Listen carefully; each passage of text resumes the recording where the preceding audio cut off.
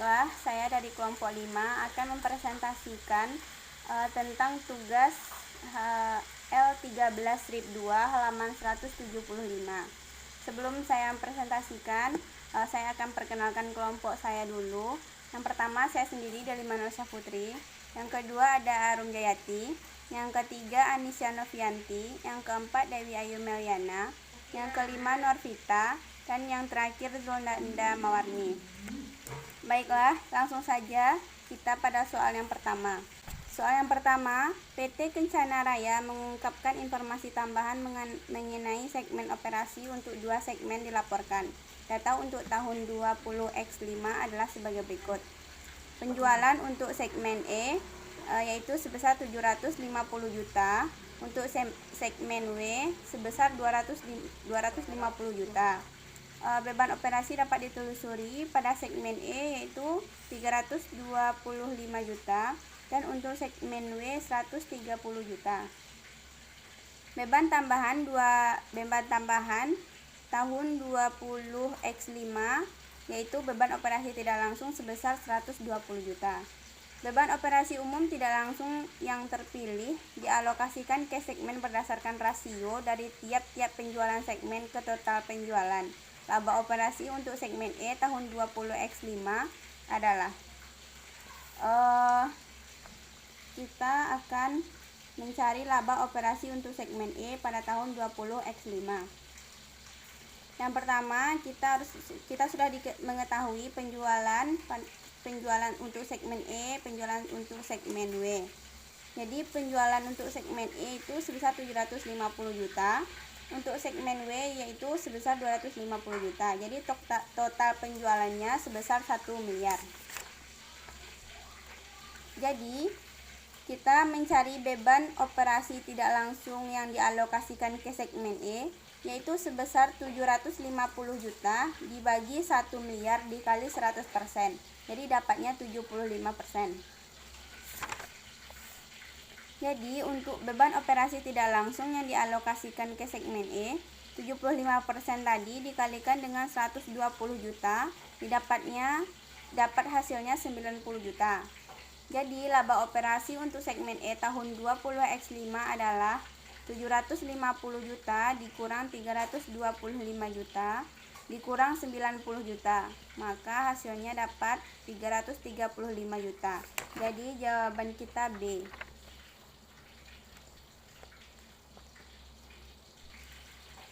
Baik, kita lanjut ke soal yang kedua. Soal yang kedua yaitu sudut pandang yang digunakan untuk menentukan pengungkapan segmen dalam laporan tahunan disebut. Kalau menurut kami dari kelompok 5 jawabannya D, yaitu pendekatan manajemen. Alasannya kenapa? Mengidentifikasi segmen dilaporkan menurut PSAK 5 adalah menyediakan pengguna laporan keuangan dengan informasi di mana mereka dapat menentukan risiko dan potensi imbal hasil ekuitas dengan menggunakan basis informasi yang sama sebagaimana digunakan oleh manajemen perusahaan. Jadi kami menjawab soal nomor 2 yaitu dengan jawaban pendekatan manajemen yaitu D. Baik, kita lanjut ke soal yang ketiga. Soal yang ketiga yaitu soalnya PT Duta mempunyai 3 lini bisnis yang seluruhnya merupakan segmen industri yang signifikan. Penjualan agregat perusahaan sebesar 1.800.000 pada tahun 20X6, di mana segmen 3 menyumbangkan 60%. Biaya yang dapat ditelusuri adalah 600 juta untuk segmen 3 dari total sebesar 1.200.000 untuk perusahaan secara keseluruhan. Selain itu, biaya umum sebesar 350 juta dialokasikan dalam rasio laba rugi segmen sebelumnya. Biaya umum ke total laba sebelum biaya umum untuk segmen 3, Duta harus melaporkan laba segmen tahun 20X6 sebesar. Baiklah, untuk menjawab pertanyaannya, Duta harus melaporkan laba segmen tahun 20X6 sebesar. Jadi yang pertama sudah diketahui. Untuk menjawab soal nomor 3, kita sudah mengetahui penjualan agregatnya sebesar 1.800.000. total biayanya 1.200.000.000. Biaya dapat ditelusuri untuk segmen 3 sebesar 600 juta. Jadi penjualan untuk segmen 3 60% dikali 1.800.000.000. Jadi hasilnya 1.080 juta. Biaya umum sebesar 350 juta. Jadi total laba 1.800.000.000 dikurang 1.200.000.000 dapat hasilnya 600 juta. Segmen 3 1.080 juta dikurang 600 juta dapat hasilnya 480 juta. Biaya umum untuk segmen 3 yaitu 480 juta dibagi 600 juta dikali 100%. Jadi dapatnya 80%. Segmen 3, duta harus melaporkan laba segmen tahun 20x6. Biaya umum segmen 3 yaitu 350 juta dikali 80%, didapat hasilnya 280 juta. Jadi laba segmen 3 tahun 20x6 yaitu 1.080 juta dikurang 600 juta dikurang 280 juta dapat hasilnya 200 juta. Jadi jawaban dari kelompok kami untuk soal nomor 3 yaitu A. Baik, kita lanjut ke soal nomor 4. Soalnya yaitu PT Sultana adalah perusahaan diverifikasi yang menggunakan informasi keuangan tambahan mengenai segmen industrinya. Informasi untuk tahun 20x2 adalah sebagai berikut. Untuk segmen A penjualannya sebesar 400 juta, biaya dapat ditelusurinya sebesar 225 juta. Untuk segmen B penjualan 300 juta, biaya dapat ditelusuri 240 juta. Segmen C 200 juta penjualan dan biaya dapat ditelusuri 135 juta. Jadi totalnya penjualan segmen A, B, dan C sebesar 900 juta. Untuk biaya dapat ditelusuri totalnya 600 juta dan biaya dapat dialokasikan totalnya 150 juta. Lanjut soalnya, biaya dapat dialokasikan ditentukan berdasarkan rasio laba rugi segmen sebelum biaya dapat dialokasikan ke total laba sebelum biaya dapat dialokasikan. Ini merupakan metode alokasi yang sesuai. Laba segmen untuk segmen B pada tahun 20x2 adalah, pertanyaannya, laba segmen untuk segmen B pada tahun 20x2. Jadi kita harus mengetahui laba segmen. Laba setiap segmen. Laba segmen A 175 juta. Didapat dari penjualan dikurang biaya dapat ditelusuri. Itu 400 juta dikurang 225 juta. Laba segmen B 600 juta didapat dari penjualan segmen B dikurang biaya dapat ditelusuri segmen B. 300 juta dikurang 240 juta. Laba segmen C yaitu 65 juta didapat dari penjualan segmen C sebesar 200 juta dikurang biaya dapat ditelusuri 135 juta. Jadi laba segmen C 65 juta. Jadi total laba A, B, dan C yaitu sebesar 300 juta. Biaya dapat dialokasikan ke segmen B 60 juta. 60 juta dari laba segmen B dibagi 300 juta. 300 juta itu penjualan pada segmen B. Dan dikali 100%, dapat hasilnya 20%. Jadi 20% dikali 150 juta. 150 juta itu biaya dapat dialokasikan, dapat hasilnya 30 juta. Jadi laba segmen B 300 juta dikurang 240 juta dikurang 30 juta. Maka hasilnya 30 juta. Jadi jawaban dari kelompok kami nomor 4 yaitu C sebesar 30 juta. Baiklah, hanya itu yang bisa saya sampaikan. Pembahasan selanjutnya akan dilanjutkan oleh rekan saya. Baik, kita masuk ke soal nomor 5. Data terpilih untuk segmen perusahaan bisnis harus dilaporkan terpisah sesuai dengan PSAK 5 saat pendapatan segmen melebihi 10% dari jawabannya C, total pendapatan dari seluruh segmen industri perusahaan. Alasannya, menurut PSAK 5, perusahaan harus menyediakan informasi mengenai tingkat ketergantungannya pada pelanggan utamanya, yaitu apabila pendapatan dari transaksi dengan pelanggan eksternal tunggal sebesar 10% atau lebih dari total pendapatan perusahaan. Itu bisa dilihat di buku halaman 156. Lanjut ke soal nomor 6. PT Cakrawala mengoperasikan 4 industri yang berbeda. Masing-masing industri tepat dianggap sebagai segmen dilaporkan. Total penjualan tahun 2000 X2 untuk seluruh segmen digabungkan adalah 1 miliar. Penjualan untuk segmen 2 adalah 400 juta dan biaya dapat ditelusuri adalah 150 juta. Total biaya umum untuk seluruh segmen digabungkan adalah 500 juta. PT Cakrawala mengalokasikan biaya umum berdasarkan rasio penjualan segmen terhadap total penjualan yang merupakan metode alokasi yang sesuai. Laba segmen dilaporkan untuk segmen 2 tahun 2000 X2 adalah jawabannya A, 50 juta. Jadi cara nyarinya di sini sudah diketahui total penjualan seluruh segmen itu 1 miliar, total biaya umum seluruh segmen itu 500 juta, penjualan segmen 2 400 juta dan biayanya 150 juta. Yang pertama dicari adalah rasio penjualan segmen 2, yaitu 400 juta dibagi 1 miliar dikali 100%, dapatlah 40%. Lanjut, yang dicari biaya umum untuk segmen 2. Cara mencarinya 40% dikalikan dengan 500 juta, yaitu total biaya umum 500 juta, dapatlah hasilnya 200 juta.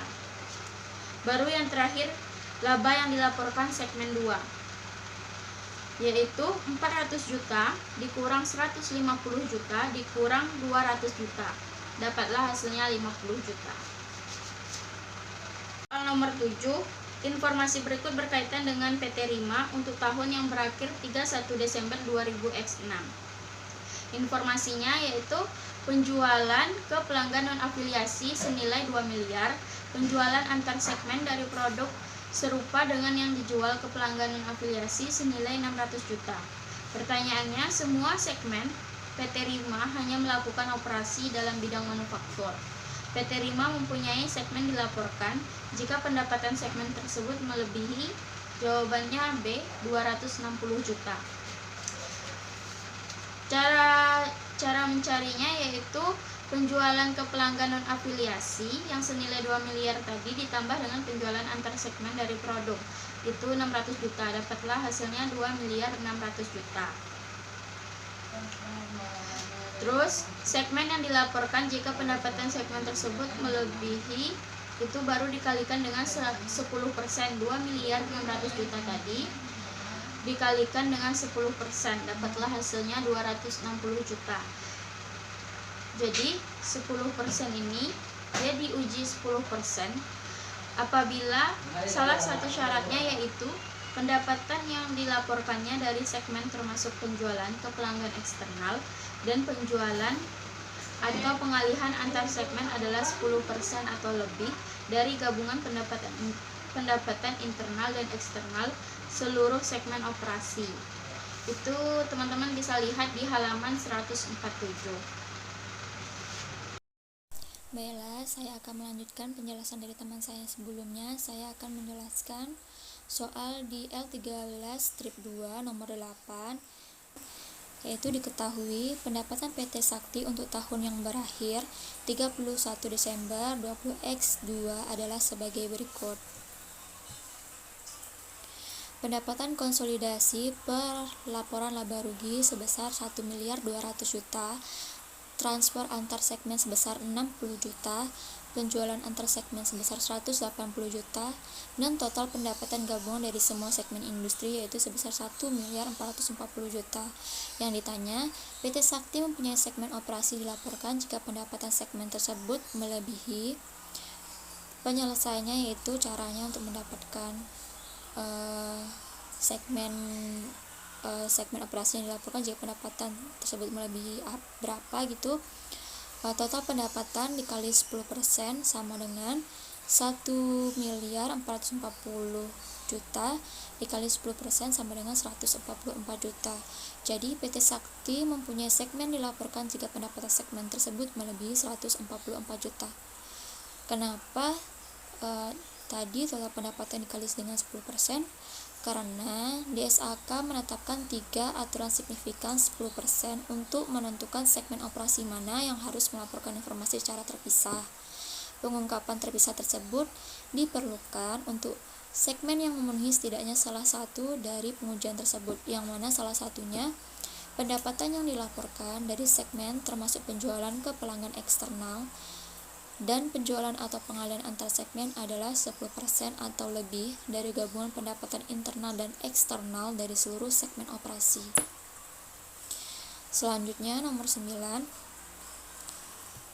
Soalnya PT Purnama hanya melakukan operasi dalam bidang manufaktur. Data tersebut konsolidasi dengan data tahun sebelumnya berkaitan dengan industri di mana operasi tersebut dilakukan untuk tahun berakhir 31 Desember 20x5. Di sini diketahui ada segmen industri, ada segmen A, B, C, D, E, dan F. Ada total pendapatan, laba segmen, dan aset per 31 Desember X5.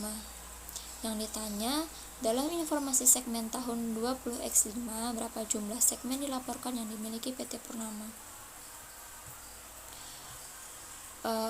Untuk mengetahui segmen apa saja yang perlu dilaporkan,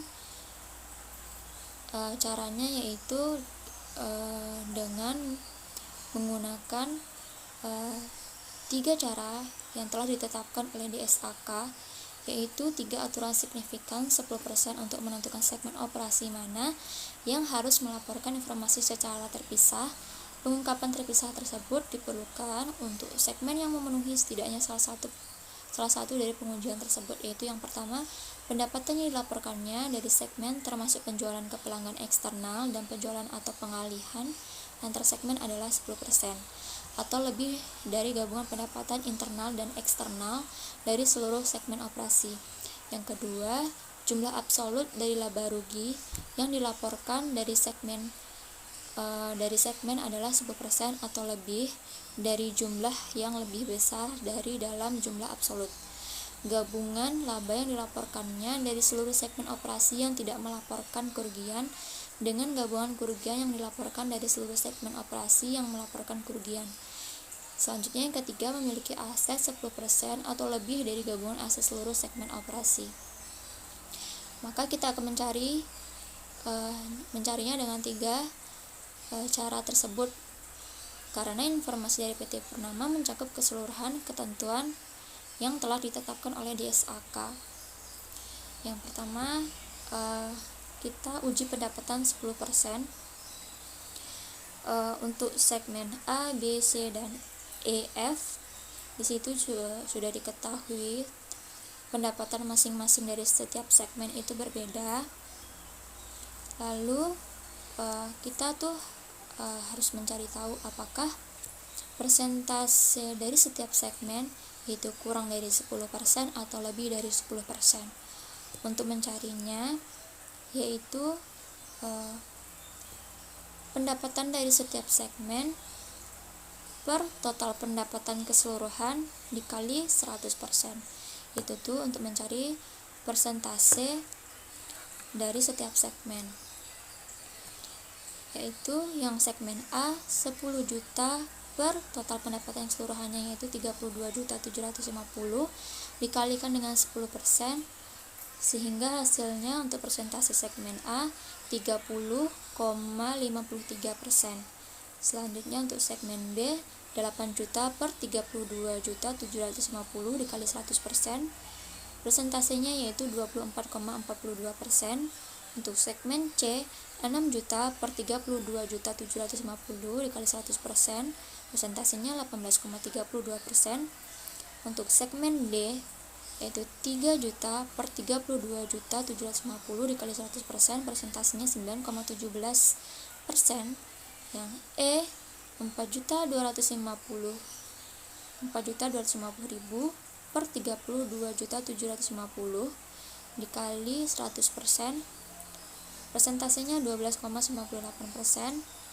Untuk F, 1.500.000 per 32.750 dikali 100%, persentasenya 4,58%. Jadi setelah kita cari, kita baru mengetahui apakah dari setiap masing-masing segmen itu perlu dilaporkan atau tidak.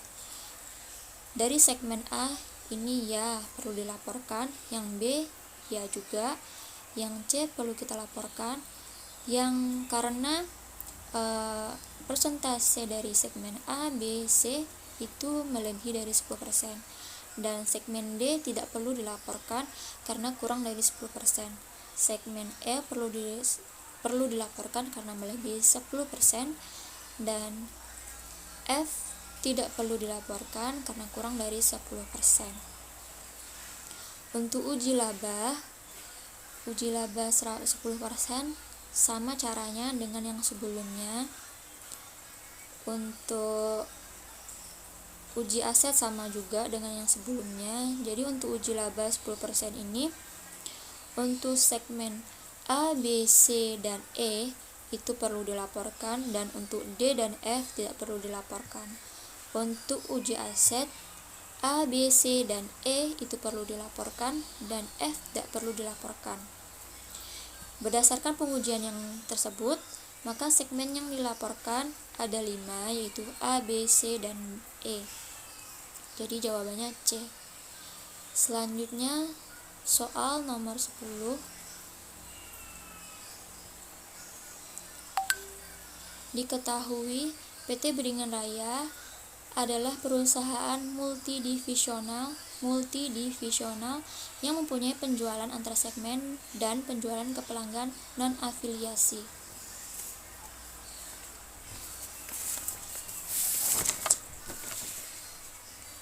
Manakah dari kriteria berikut yang PT Beringin Raya harus melaporkan informasi keuangan segmen untuk setiap pertemuan segmennya? Yaitu jawabannya adalah C. Pendapatan segmen adalah 10% atau lebih dari pendapatan gabungan semua segmen perusahaan. Alasannya kenapa C?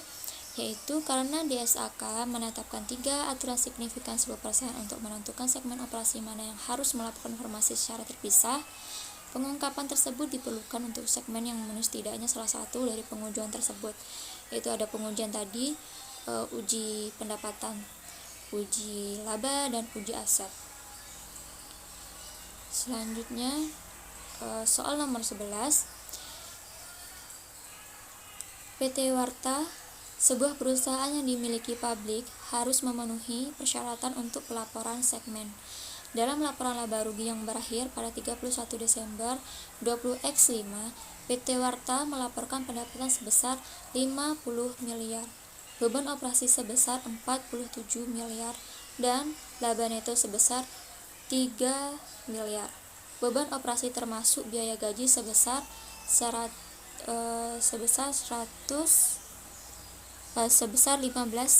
miliar. Aset gabungan PT Warta dari semua segmen industrinya pada tanggal 31 Desember 20X5 adalah 40 miliar.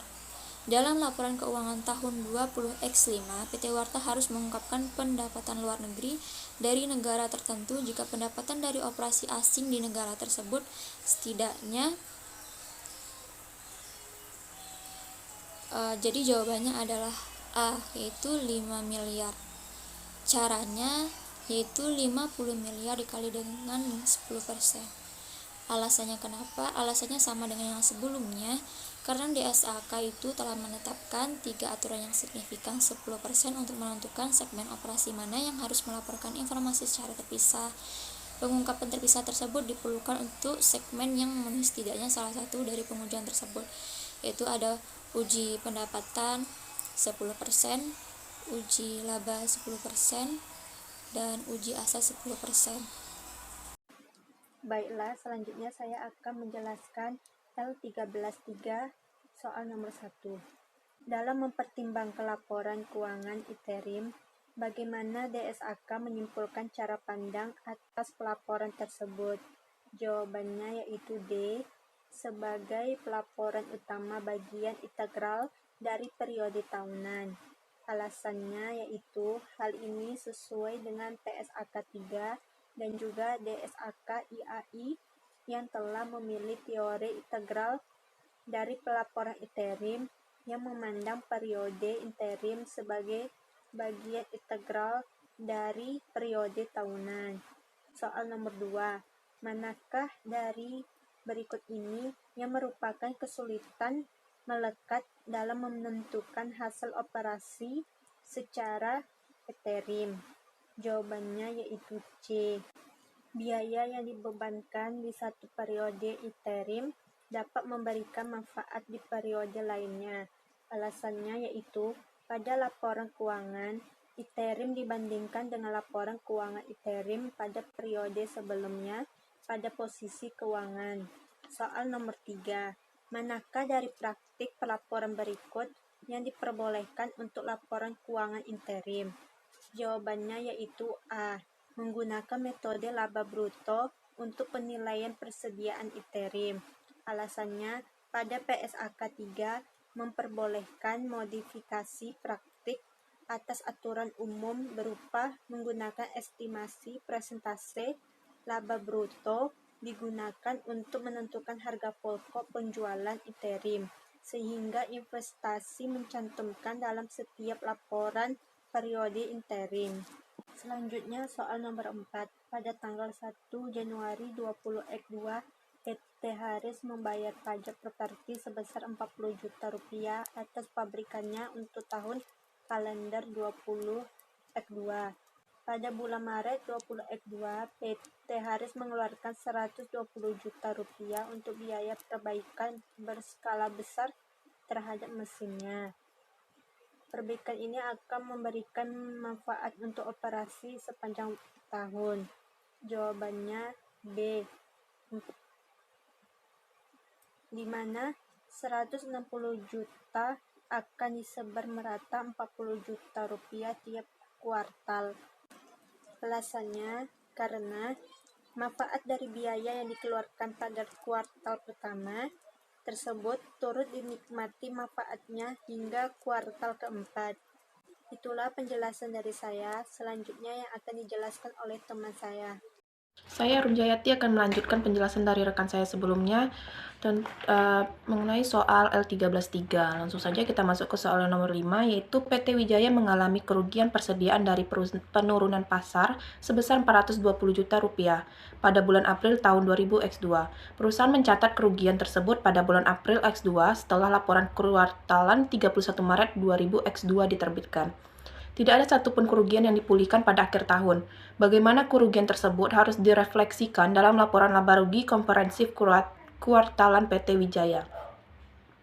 Jawaban saya adalah C, yaitu di mana pada laporan laba rugi komprehensif kuartalan PT Wijaya itu tanggal 31 Maret tahun 2000X2-nya yaitu sebesar 0 dan 30 Juni 2000X2-nya Rp420 juta, 30 September dan 31 Desember 2000X2-nya adalah 0. Alasannya, dibebankan di bulan tahun Juni seluruhnya sebesar Rp420 juta.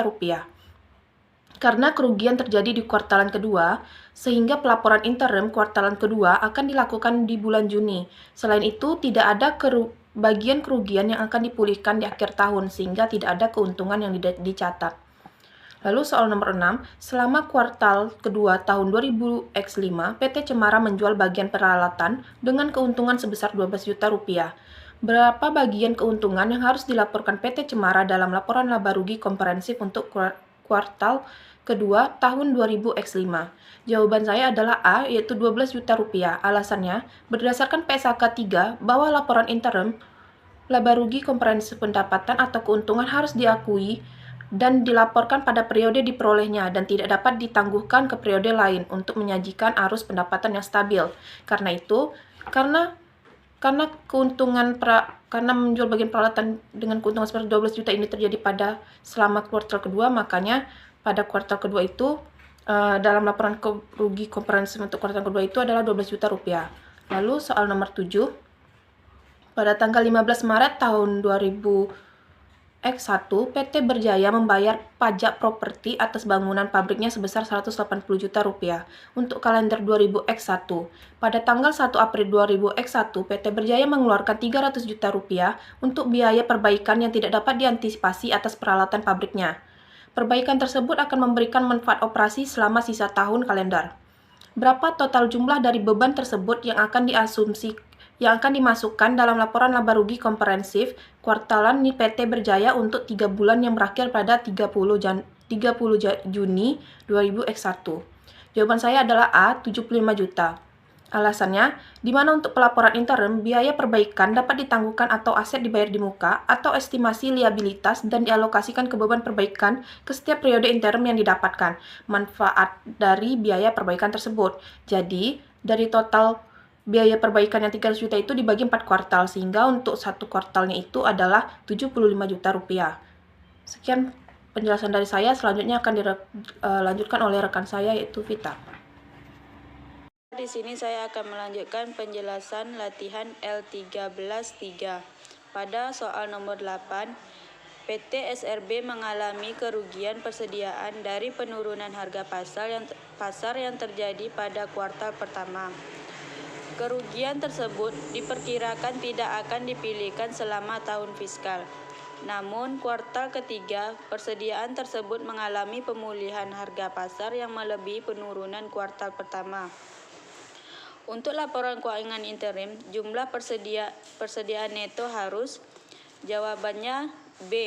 Turun pada kuartal pertama sejumlah penurunan harga pasar dan naik pada kuartal ketiga sejumlah penurunan pada kuartal pertama. Alasannya yaitu, selain terjadi pemulihan, perlu diingat bahwa kenaikan dari pemulihan tidak boleh melewati nilai pokok dari harga produk tersebut. Untuk soal yang nomor 9, yaitu untuk tujuan laporan eksternal, ini sangat tepat untuk menggunakan estimasi tarif laba bruto dalam menentukan beban pokok penjualan untuk. Jawabannya B, ya untuk ekstrim dan tidak untuk pelaporan keuangan akhir tahun. Alasannya, modifikasi praktis dari aturan umum ini berdasarkan PSK 3 hanya diizinkan untuk digunakan pada laporan interim, tidak pada laporan keuangan.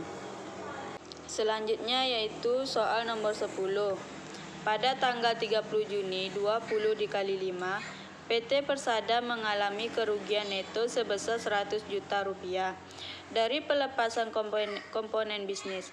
Selain itu, pada tanggal 30 Juni 20 kali 5, PT Persada membayar sebesar 40 juta untuk pajak properti yang dinilai untuk tahun 20 dikali 5. Berapa jumlah pos-pos sebelumnya yang harus dimasukkan dalam penentuan laba atau rugi neto PT Persada untuk periode interim 6 bulan yang berakhir pada 30 Juni 20 dikali 5? Jawabannya yaitu B, 120 juta rupiah. Untuk mendapatkan hasil 120 juta rupiah ini, dengan 40 juta dibagi dengan 2, dapat hasilnya 20 juta. Lalu ditambahkan dengan 100 juta, maka dapatlah hasilnya 120 juta. Alasannya, karena pelepasan segmen usaha berkaitan dengan PSK 3. Laporan keuangan pada awal periode terdekat sebelumnya ketika entitas menetapkan suatu kebijakan akuntansi secara retrospektif atau membuat pengujian kembali pos-pos dalam keuangan sesuai dengan PSK 1 paragraf 40A sampai 40D. Baiklah teman-teman, sekian penjelasan dari kelompok kami. Jika ada kesalahan, kami mohon maaf. Wabillahi taufiq wa hidayah. Wassalamualaikum warahmatullahi wabarakatuh.